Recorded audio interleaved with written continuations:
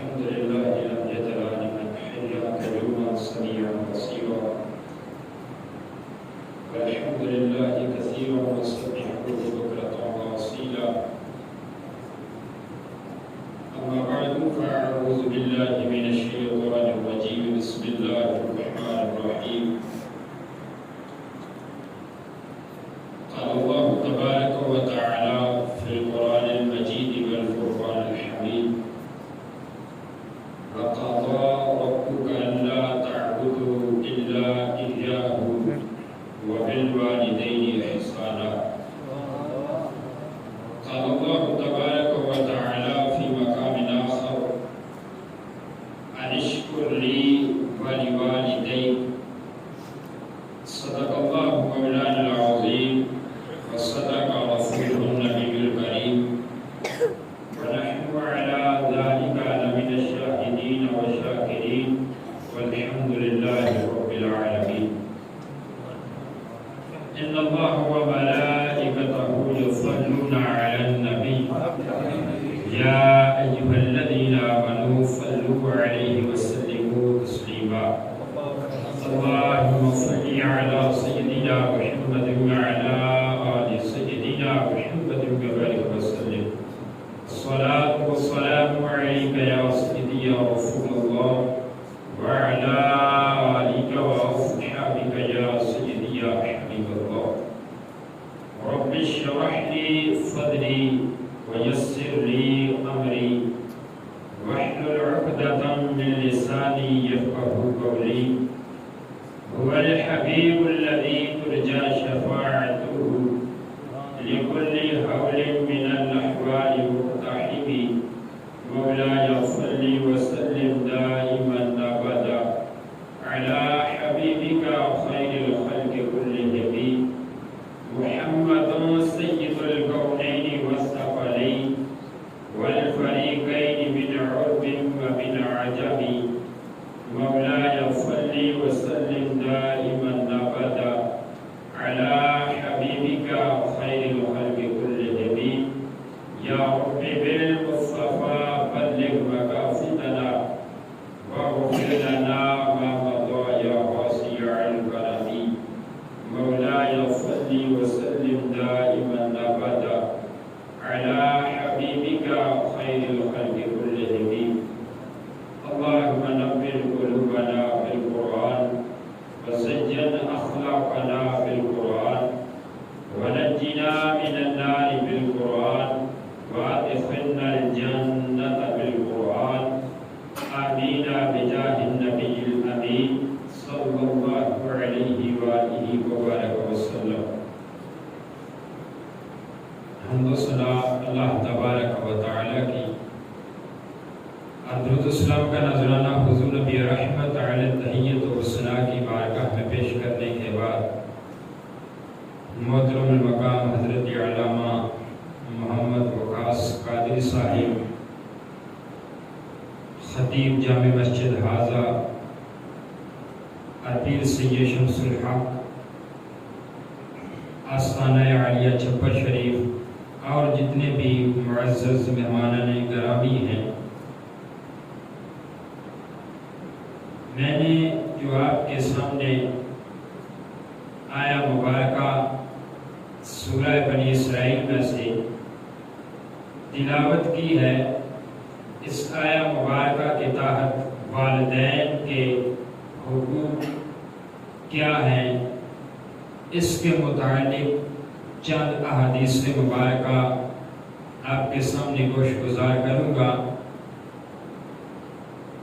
اللہ تبارک و تعالی نے قرآن کے اندر ارشاد فرمایا وَقَضَىٰ رَبُّكَ أَلَّا تَعْبُدُوا إِلَّا إِيَّاهُ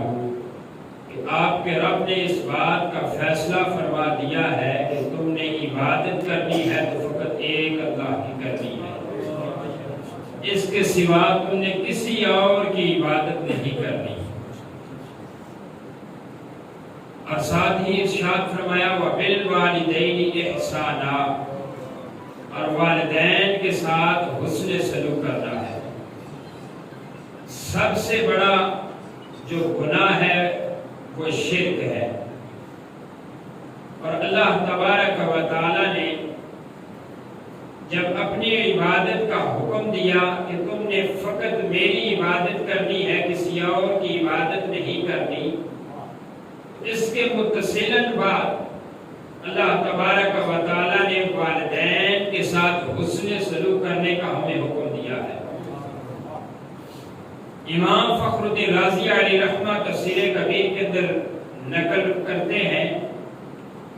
کہ انسان کے وجود حقیقی کا جو سبب ہے یہ باری تعالی ہے، اس کے حقیقی وجود کا جو سبب ہے یہ اللہ تبارک و تعالی کی ذات ہے، اور جو اس کے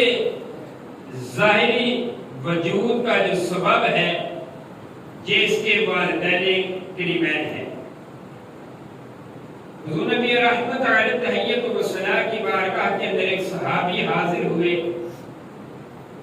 اور عرض کی، یا رسول اللہ صلی اللہ علیہ وسلم، میرے احسانات کا سب سے زیادہ حقدار کون ہے؟ والدین کی عظمت کتنی ہے، شان کتنی ہے، اور قرآن اور حدیث نے کتنے زیادہ حقوق عطا کیے ہیں۔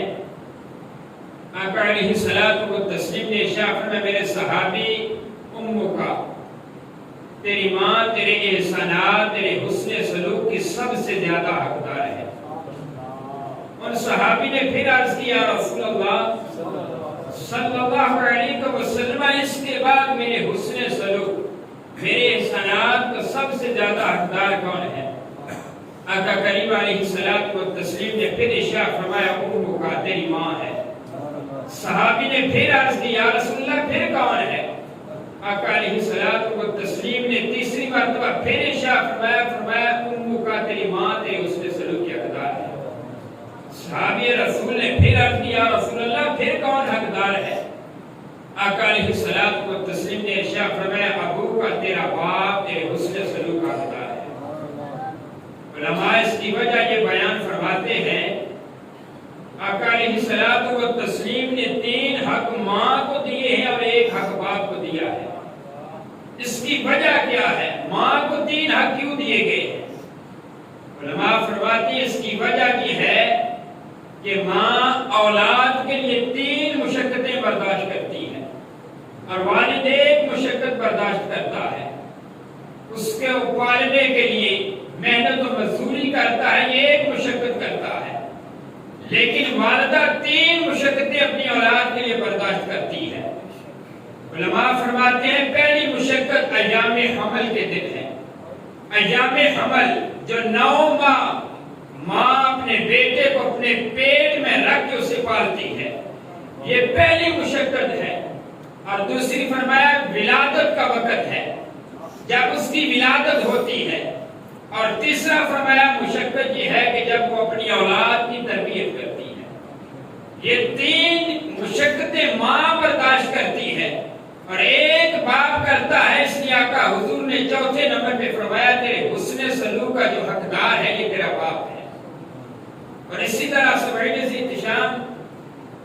جب انسان باہر سے کوئی چیز لے کے آئے، سب سے پہلا حق یہ بنتا ہے کہ انسان اپنی ماں کو دے، پھر اپنے باپ کو دے۔ کوئی بھی انسان چیز لے کے آئے، لیکن جب بات آئے حکم کی کہ حکم کس کا ماننا ہے، تو شریعت یہ کہتی ہے کہ پہلی تو بات یہ ہے کہ اگر ماں بھی حکم دے کہ تم نے یہ کام کرنا ہے،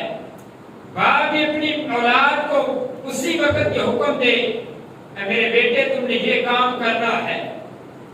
اب والدین کو چاہیے کہ اپنی اولاد کو اس مشقت کے اندر نہ ڈالیں کہ دونوں اکٹھی اپنی اولاد کو حکم دیں اور اولاد پریشانی میں مبتلا ہو جائے کہ اب میں حکم کس کا مانوں، ماں کا مانوں یا میں باپ کا مانوں۔ اس لیے فرمایا کہ حکم کے اندر چاہیے یہ کہ اولاد کو پہلے اپنے باپ کا حکم مانے، اس لیے کہ الرجال قوامون علی النساء، مردوں کو تقویت دی گئی ہے عورتوں کے اوپر۔ اور حضور نبی رحمت علی التحیت و ثناء کی حدیث مبارکہ ہے آقا علیہ الصلوۃ والتسلیم ارشاد فرماتے ہیں کہ رضا اللہ فی رضا الوالدین وسخط اللہ فی سخط الوالدین، او کما قال علیہ الصلوۃ والسلام۔ آقا علیہ الصلوۃ والتسلیم ارشاد فرماتے ہیں والدین کی رضا میں اللہ کی رضا ہے، والدین کی ناراضگی میں اللہ کی ناراضگی ہے۔ اور ایک مقام پہ آقا علیہ الصلوۃ والتسلیم اپنے صحابہ سے ارشاد فرمایا میرے صحابہ کیا میں تمہیں بڑے بڑے گناہوں کے متعلق تمہیں آگاہ نہ کروں؟ صحابہ کرام علیہ رضوان نے عرض کیا رسول اللہ صلی اللہ علیہ وسلم ہمیں ضرور آگاہ کیجئے کہ ہمیں بھی پتہ چلے وہ بڑے بڑے گناہ کبیرہ جن کو کہا جاتا ہے وہ کون سے ہیں۔ آقا علیہ الصلوۃ والتسلیم نے ارشاد فرمایا پہلا سنو الاشراک باللہ، اللہ کے ساتھ کسی کو شریک ٹھہرانا، فرمایا یہ سب سے بڑا گناہ ہے۔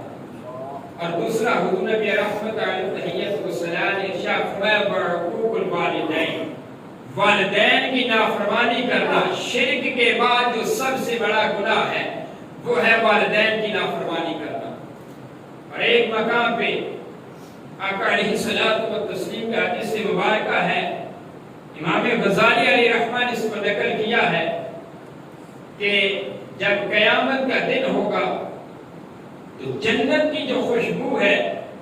یہ انسان 1000 سال کی مسافت پہ ہوگا تو اسے جنت کی خوشبو آنا شروع ہو جائے گی، لیکن حضور نبی رحمت علیہ تحیت والسلام ارشاد فرماتے ہیں کہ 4 انسان ایسے ہیں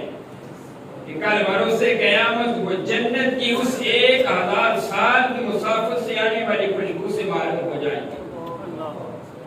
آقا علیہ الصلوۃ والتسلیم نے ارشاد فرمایا کہ پہلا قاطع الرحم، رشتہ داروں سے قطع تعلقی کرنے والا،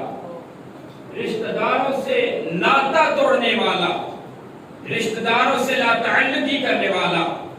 فرمایا یہ وہ بدبخت ہے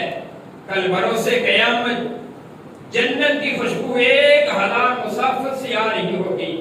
لیکن یہ ایسا بدبخت انسان ہوگا جو اس دن بھی جنت کی ایسی خوشبو سے معلوم رہے گا۔ ایک مقام پہ آقا علیہ الصلوۃ والتسلیم نے ارشاد فرمایا کہ سل من قطعک، آقا حضور نے ارشاد فرمایا جو تم سے رشتہ جو توڑے تمہارا یہ کام بنتا ہے کہ تم اس کے ساتھ رشتہ جوڑو۔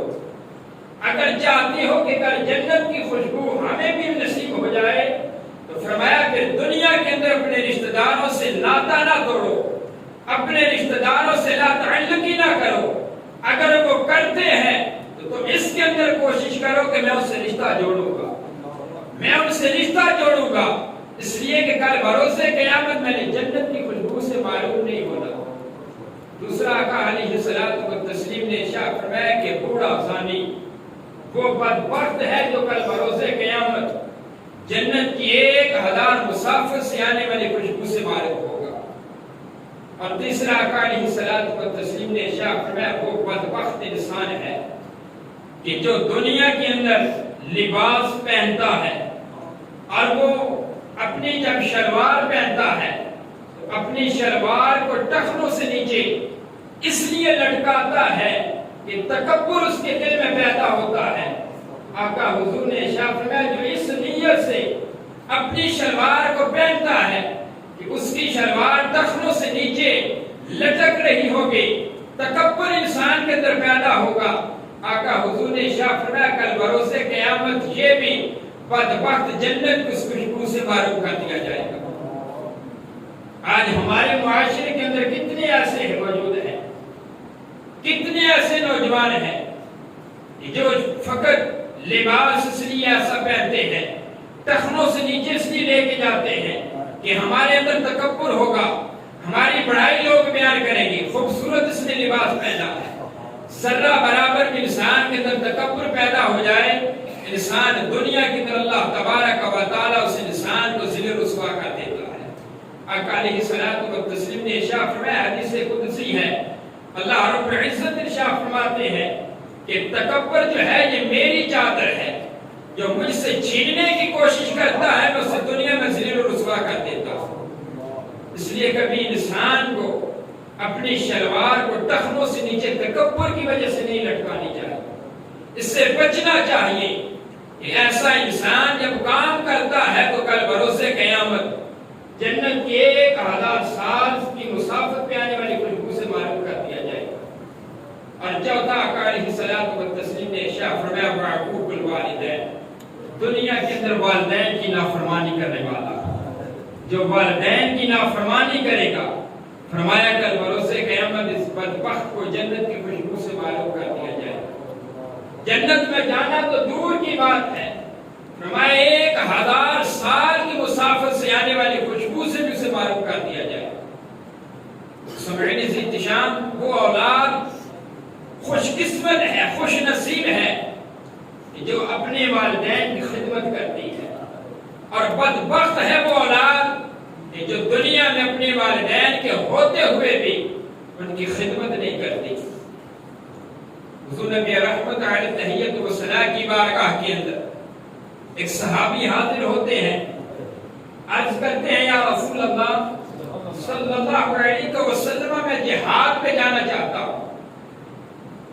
آقا حضور علیہ الصلوۃ والتسلیم نے ارشاد فرمایا اجل والدیک احیاہما، اے میرے صحابی یہ بتا کیا تیرے والدین زندہ ہیں؟ عرض کیا رسول اللہ صلی اللہ علیہ وسلم ہاں میرے والدین زندہ ہیں۔ آقا علیہ الصلوۃ والتسلیم نے ارشاد فرمایا جا اپنے والدین کی خدمت کر، یہی تیرے لیے جہاد ہے۔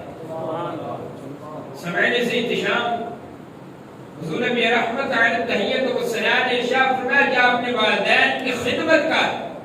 ان سے حسن سلوک سے پیش آ، فرمایا تیرے لیے یہی جہاد ہے۔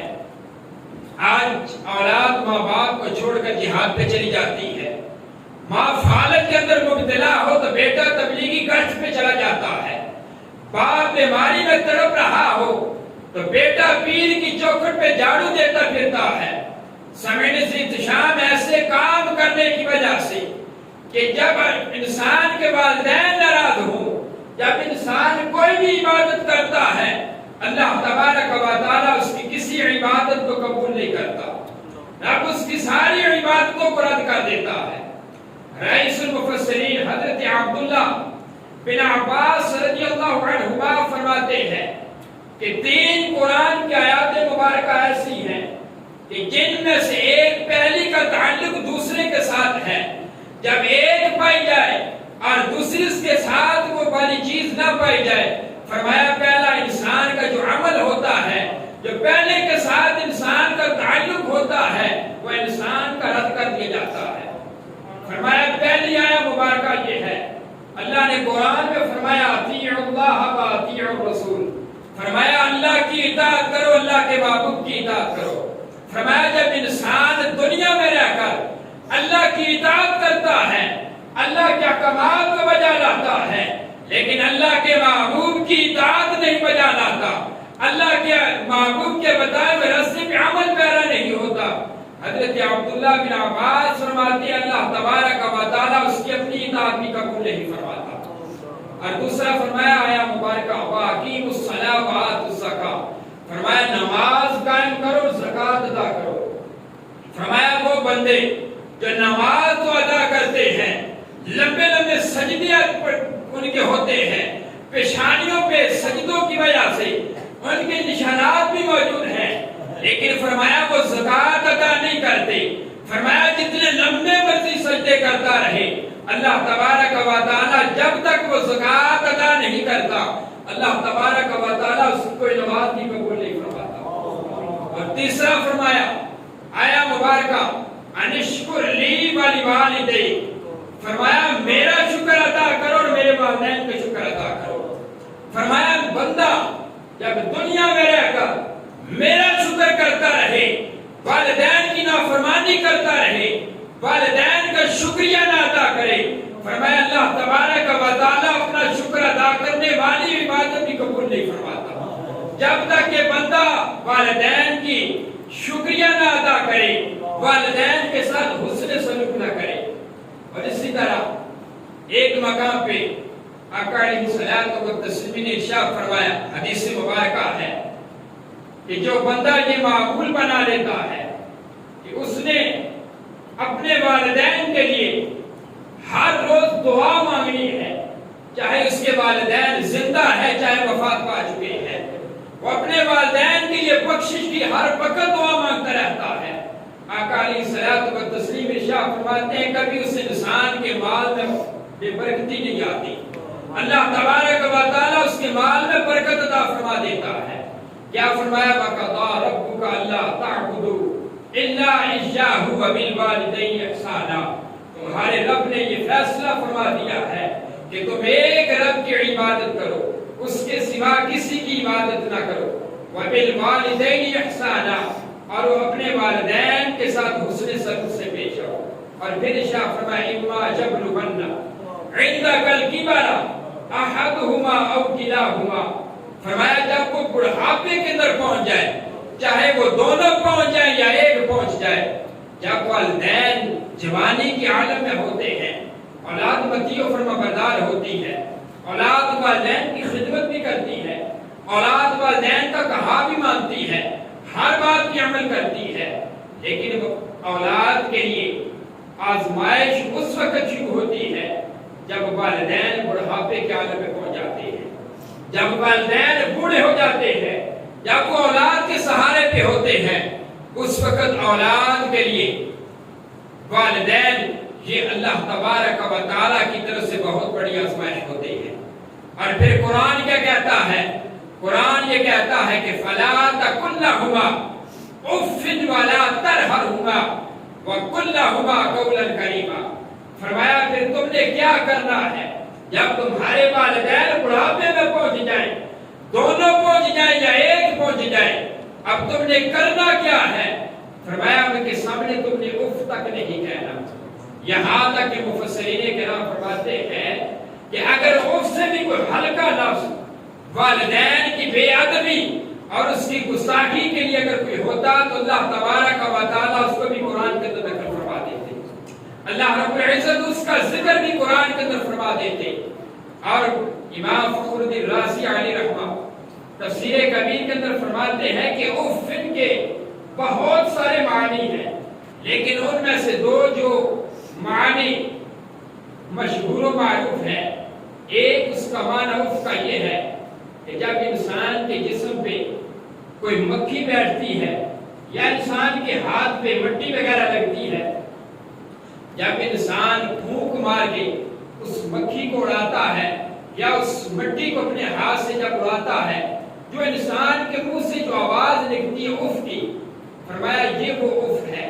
اور دوسرا فرمایا اس کا معنی یہ ہے کہ اف ولا تنہرہما، تو اپنے والدین کے سامنے اف تک نہیں کہنا، انہیں جھڑکنا نہیں ہے۔ فرمایا جب تمہارے والدین بڑھاپے کے عالم میں ہو، جب وہ چارپائی پہ ہو، جب ان کا پیشاب چارپائی پہ ہوتا ہو، فرمایا جب وہ تم گندگی صاف کرنے کے لیے اپنی والدین کی جب تم ان کے قریب جاتے ہو اور اپنی ناک کے اوپر تم کپڑا چڑھاتے ہو، تم اپنے والدین سے نافرمانی کی وجہ سے، اپنی اولاد اپنے والدین کی نفرت کی وجہ سے نہیں چڑھاتے، بلکہ وہ جو گندگی ان سے نکلی ہے اس گندگی کی بدبو سے بچنے کے لیے فرمایا تم جو ناک پہ کپڑا چڑھاتے ہو، فرمایا کہ تم یہ کپڑا بھی نہ چڑھاؤ۔ کیوں؟ اس لیے کہ اگر تمہارے والدین کے دل کے اندر کوئی بات پیدا ہو گئی کہ میرے اولاد ہے اور مجھ سے نفرت کر رہی ہے، فرمایا اس سے بچنے کے لیے بھی اگر تم اپنی والدین کا چارپائی میں گندگی بھی صاف کرتے ہو، اگر تمہیں وہ بو سونگنی بھی پڑ جائے تم وہ سونگ کر برداشت کر لو، لیکن اپنی ناک پر کپڑا نہ چڑھاؤ تاکہ تم اپنے والدین کی بے ادبی اور گستاخی کی زمرے میں نہ آ جاؤ۔ فرمایا اف ولا تنہرہما، تو اپنے والدین کے سامنے اف تک نہیں کہنا، انہیں جھڑکنا نہیں ہے۔ فرمایا پھر کرنا کیا ہے؟ جب یہ نہیں کرنا تو پھر ہمیں حکم کیا ہے؟ اللہ کا قرآن یہ کہتا ہے تم نے کرنا یہ ہے وَقُلْ لَهُمَا قَوْلًا كَرِيمًا، تم نے ان کے سامنے نرم لہجے میں گفتگو کرنی ہے، تم نے ان کے سامنے پیار بھرے لہجے میں گفتگو کرنی ہے۔ اور کس طرح کرنی ہے؟ کہ جس طرح جب تم بچپن کے اندر تھے اور تمہارے والدین تمہارے ساتھ لاڈ پیار کیا کرتے تھے اور تمہاری ہر بات کو مانا کرتے تھے، تمہارے جیسا وہ بن کر تمہارے ساتھ وہ کھیلا کرتے تھے، تمہاری ہر بات کو مانا کرتے تھے، تمہاری ہر بات کا وہ کہا مانا کرتے تھے۔ فرمایا اسی طرح جب تمہارے والدین بھی بڑھاپے کی عالم میں پہنچ جائیں اور جب ان کے اندر چڑچڑا پر پیدا ہو جائے، فرمایا جس طرح وہ تمہارے ساتھ بچپن میں تمہارا بچپنے جیسا بن کر تمہارے ساتھ رہتے تھے، تمہاری ہر بات کی وہ مانا کرتے تھے، فرمایا جب وہ بڑھاپے میں پہنچے ہیں اب اولاد کا یہ کام ہے وہ جوانی اپنی نہ دیکھے بلکہ اپنے والدین کے بڑھاپے کی عالم میں ہو کر اسی طرح بن کر اپنے والدین کے سامنے وہ ایسی باتیں کرے کہ ان کے والدین کا دل خوش ہو جائے، ان کے والدین کو دل کے اندر سے ایسی دعا نکلے کہ ان کی اولاد کے حق میں سب سے زیادہ بہتر ہو۔ فرمایا وَقُلْ لَهُمَا قَوْلًا كَرِيمًا، تم نے اپنے والدین سے ایسی گفتگو کرنی ہے جن کے اندر خوشبو ہو، جس کے اندر نرم لہجہ پایا جاتا ہو، اور فرمایا پھر کیا کرنا ہے وَخْفِضْ لَهُمَا جَنَاحَ الذُّلِّ مِنَ الرَّحْمَةِ، فرمایا ان کے سامنے تم نے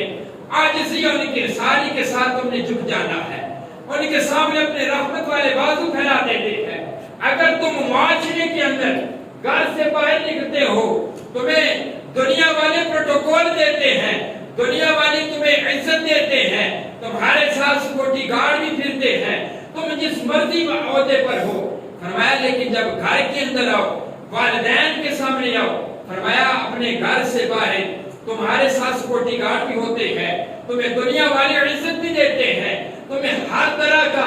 کھانا بھی ملتا ہے، فرمایا جب گھر کے اندر پہنچو یہ سارا کچھ باہر لا کے آنا، یہ سارا کچھ باہر لا کے جب گھر کے اندر آؤ تو وَخْفِضْ لَهُمَا جَنَاحَ الذُّلِّ مِنَ الرَّحْمَةِ، اپنے والدین کے سامنے وہ پروٹوکول نہ مانگنا، فرمایا کیا کرنا، وہ بڑھاپے کے اندر ہو تو تمہارا حق یہ بنتا ہے ان کے سامنے عاجزی اور انکساری کے ساتھ اپنی گردن کو جھکا دینا ہے، ان کے سامنے عاجز مسکین بن جانا ہے، اور پھر کیا کرنا ہے، کرنا یہ ہے وَقُلْ رَبِّ ارْحَمْهُمَا كَمَا رَبَّيَانِي صَغِيرًا، تم نے کرنا یہ ہے کہ اپنے رب کی بارگاہ میں یہ دعا ہاتھ اٹھا کے مانگنی ہے، مالک میں تو ایک عاجز انسان ہوں، مالک میں تو ایک نکما سا انسان ہوں، اپنے والدین کی خدمت کا حق ادا نہیں کر سکا، مالک جس طرح ان کے ساتھ حسن سلوک کرنے کا حق تھا، مالک میں تو نہیں کر سکا، میں تو تیری بارگاہ میں ہاتھ اٹھا کر یہ التجا کر رہا ہوں وَقُلْ رَبِّ ارْحَمْهُمَا كَمَا رَبَّيَانِي صَغِيرًا، مالک جس طرح انہوں نے مجھے بچپن کے اندر مجھے پالا ہے، مجھے شفقت دی ہے، مجھے محبت دی ہے، مالک میں تیری بارگاہ میں عرض کرتا ہوں، میں خدمت کا حق تو ادا نہیں کر سکا، لیکن مالک میں تیری بارگاہ میں ہاتھ اٹھا کے یہ مانگ رہا ہوں کہ مالک تو اپنی رحمتوں اپنی برکتوں کا نزول میرے والدین پہ کر دے، مالک تو ان پہ ایسا لطف کرو فرما کہ مالک ساری دنیا سے انوکھا ہو، ساری دنیا سے نرالا ہو۔ سمعین سے احتشام، یہ وہ حقوق ہیں جو قرآن نے اور احادیث نے ہمیں والدین زندہ ہوں تو ہمیں دیے ہیں کہ تم نے ہر حال میں ان کو پورا کرنا ہے، اپنے والدین کی اطاعت کرنی ہے، اپنے والدین کے ساتھ حسن سلوک سے پیش آنا ہے، اپنے والدین کے ساتھ گفتگو کرنی ہے تو تمہارے لہجے کے اندر سختی نہ ہو، تمہارے لہجے کے اندر غصہ نہ ہو، بلکہ تمہارے اندر نرمی ہو، تمہارے لہجے کے اندر جب تم گفتگو کرو تو تمہارے والدین کو اس بات کا علم ہو کہ تم اپنے والدین کے ساتھ حسن اخلاق کے ساتھ گفتگو کر رہے ہو۔ یہ وہ حقوق ہے جو ہمیں قرآن اور حدیث نے جب والدین زندہ ہو تو عطا کیے ہیں۔ فرمایا جب تمہارے والدین اس دنیا سے رخصت کر جائیں اب تمہارے ذمہ پھر بھی کچھ حقوق باقی ہیں، یہ نہیں ہے کہ اب والدین رخصت ہو چکے ہیں اب تمہارے اوپر سے تمام تر حقوق ختم ہو چکے ہیں، بلکہ فرمایا کچھ حقوق پھر بھی باقی ہیں۔ حضرت سعد ابی ربیعہ رضی اللہ عنہ فرماتے ہیں کہ میں آقا علیہ الصلوۃ والتسلیم کی بارگاہ میں بیٹھا ہوا تھا، ایک انصاری صحابی آقا علیہ الصلوۃ والتسلیم کی بارگاہ میں حاضر ہوتے ہیں، عرض کرتے ہیں یا رسول اللہ صلی اللہ علیہ وسلم، میرے والدین کا دنیا سے جانے کے بعد بھی کیا پھر بھی حسن سلوک کرنے کا کوئی حق باقی ہے؟ آقا حضور علیہ الصلوۃ والتسلیم نے ارشاد فرمایا ہاں، والدین کا دنیا سے جانے کے بعد بھی تمہارے اوپر 4 حقوق پھر بھی باقی ہیں۔ فرمایا 4 حقوق والدین کا دنیا سے جانے کے بعد تمہارے اوپر پھر بھی ذمہ باقی ہے، وہ تم نے ہر حال میں ادا کرنے ہیں۔ فرمایا پہلا حق یہ ہے، جب تمہارے والدین اس دنیا سے رخصت ہو جائیں، ان کے جنازے کا، ان کے تدفین کا انتظام و انصرام کرنا یہ تمہارے اوپر اس کا پہلا حق ہے۔ اور دوسرا فرمایا حق تمہارے اوپر یہ ہے کہ تم نے ہر حال میں اپنے والدین کے لیے مغفرت کی دعا کرتے رہنا ہے۔ ہر حال میں اللہ کی بارگاہ سے اپنے والدین کے لیے بخشش اور مغفرت طلب کرتے رہنا ہے۔ آقا علیہ الصلوۃ والتسلیم کی حدیث مبارکہ ہے، حضور نبی رحمت علیہ تحیت و ثناء ارشاد فرماتے ہیں، ایک بندہ اس دنیا سے رخصت ہو گیا، کل بروز قیامت جہاں نفس نفسی کا عالم ہوگا، اس بندے کے گناہ بہت زیادہ تھے اور اس کے نامہ اعمال کے اندر فرشتوں نے گناہ ہی گناہ لکھے تھے۔ حضور نبی رحمت علیہ تحیت و ثناء ارشاد فرماتے ہیں کہ جب اللہ تبارک و تعالیٰ کی بارگاہ میں اس شخص کو حاضر کیا جائے گا، اللہ تبارک و تعالیٰ ارشاد فرمائے گا، میرے فرشتوں اس بندے کو جنت کے اندر لے جاؤ، میں نے اس کی سارے گناہوں کو نیکیوں میں تبدیل کر دیا ہے۔ فرشتے عرض کریں گے رب العالمین ماجرا کیا ہے، ہم تو گناہ لکھتے رہے، یہ نیکیوں میں کیسے تبدیل ہو گئے؟ آقا حضور علیہ الصلوۃ والتسلیم ارشاد فرماتے ہیں، اس وقت اللہ تبارک و تعالیٰ ارشاد فرمائے گا، اے میرے فرشتوں ماجرا یہ ہے، اس بندے نے دنیا کے اندر اپنی اولاد چھوڑ دی تھی، جو دنیا میں رہ کر اس کے لیے میری بارگاہ میں بخشش و مغفرت طلب کرتی رہی ہے، اور اس کے لیے میری بارگاہ میں ہاتھ اٹھا کر بخشش مانگتی رہی ہے۔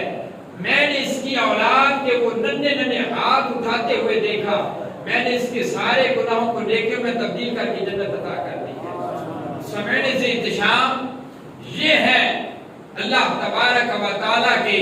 پیارے محبوب صلی اللہ علیہ وآلہ وبارک وسلم کا دنیا میں آنے کے بعد آقا حضور علیہ الصلوۃ والسلام نے یہ مقام و مرتبہ والدین کو عطا کیا ہے۔ یہ مقام و مرتبہ اگر آج والدین کو ملا ہے تو آقا حضور علیہ الصلوۃ والتسلیم کے میلاد کے صدقہ سے ملا ہے، ورنہ آقا علیہ الصلوۃ والتسلیم کی ولادت بسعادت سے پہلے اولاد کیا کیا کرتی تھی؟ اپنی ماؤں کو منڈیوں کے اوپر والد کے جانے کے بعد انہیں بیچ دیا کرتی تھی، ایسا سلوک کیا جاتا تھا۔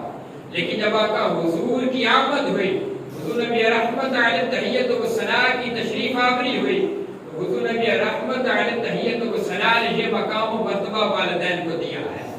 اور وہ والدین خوش قسمت ہیں جو اس دنیا سے چلے جاتے ہیں لیکن اپنی اولاد کے سینوں کے اندر قرآن محفوظ کر کے جاتے ہیں، اپنی اولاد کو قرآن اور احادیث کا عالم بنا کے جاتے ہیں۔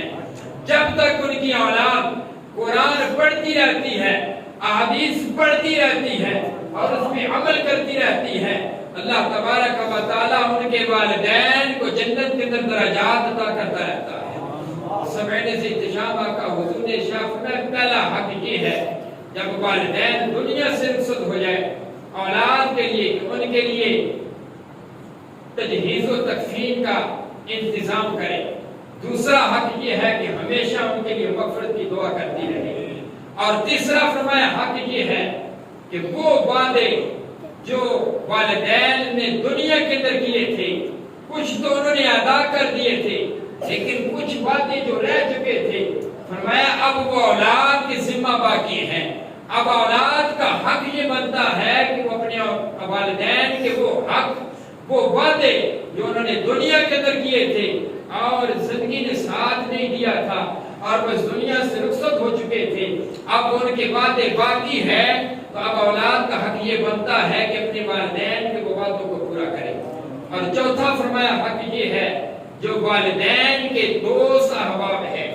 جو ان کے رشتہ دار ہیں کہ جن کی وجہ سے ان کا آپس میں رشتہ بنا ہے، جن کی وجہ سے وہ ایک دوسرے کے ساتھ صلہ رحمی کرتے ہیں، فرمایا والدین کا دنیا سے جانے کے بعد اولاد کے اوپر چوتھا حق یہ ہے اپنے والدین کے کے رشتہ دار چاہے ماں کی طرف سے ہوں چاہے باپ کی طرف سے ہوں تمام کے ساتھ صلہ رحمی کرنا. فرمایا یہ چوتھا حق یہ اولاد کے ذمہ یہ والدین کا باقی رہتا ہے. تو سمجھنے سے احتشام یہ وہ حقوق ہیں جو والدین زندہ ہوں تو انسان کے اوپر باقی ہے کہ انسان ان کو ادا کرتا رہے. جب وہ دنیا سے رخصت ہو جائے اور اس کے ذمہ 4 حقوق ہیں کہ ان کے دنیا سے جانے کے بعد ان کے حقوق کو ادا کرے. اور خوش قسمت ہے وہ والدین کے جن کے بڑھاپے کے عالم میں پہنچ چکے ہیں لیکن اولاد ان کی آج بھی خدمت کر رہی ہے. لیکن وہ والدین کہ جو بڑھاپے کے اندر بھی پہنچ کر اگر وہ والدین اس بات کو ترس رہے ہیں کہ ہماری اولاد کب ہماری خدمت کرے گی تو سمجھنے سے احتشام آقا علیہ الصلوۃ والتسلیم کی یہ حدیث مبارکہ وعید کے لیے بھی سن لیں. آقا حضور علیہ الصلوۃ والتسلیم نے ارشاد فرمایا بدبخت ہے وہ انسان جو اپنے والدین کو دونوں کو یا دونوں میں سے کسی ایک کو بڑھاپے میں پا کر ان کی خدمت کر کے یا ان کی خدمت نہ کر کے اس نے جنت حاصل نہ کی. فرمایا وہ انسان بہت ہی بڑا بدبخت ہے. سمجھنے سے احتشام آج ہمارا سب سے بڑا المیہ یہ ہے جب ہم سے نعمت چھن جاتی ہے ہم کو اس نعمت کی قدر اس وقت آتی ہے. اور والدین یہ رب کی وہ نعمت ہے کہ جن کے اوپر اگر زوال آ گیا تو پھر یہ کبھی ہمیں نعمت نہیں ملے گی. آج یہ نعمت ہمارے پاس اگر موجود ہے اگر والد کی صورت میں موجود ہے یا والدہ کی صورت میں موجود ہے یا دونوں کی صورت میں موجود ہے آج ہمیں اس نعمت کی قدر کرنی ہوگی. آج ہمارے پاس وقت ہے آج ہمارے پاس یہ وقت مال غنیمت ہے کہ ہم اپنے والدین کو راضی کر لیں ان کی خدمت کر لیں ان کے ساتھ صلہ رحمی کر لیں. اگر یہ ہم سے چھن گئے تو پھر ساری زندگی ہمارے لیے پچھتاوا رہ جائے گا. ساری زندگی ہم پچھتاتے رہیں گے ساری زندگی ہم پریشانی کے اندر مبتلا رہیں گے. سمجھنے سے احتشام اللہ تبارک و تعالیٰ کی بارگاہ میں دعا ہے اللہ تبارک و تعالیٰ ہمیں قرآن و حدیث کو سمجھنے کی اور اس پہ عمل پیرا ہونے کی توفیق عطا فرمائے. وآخر دعوانا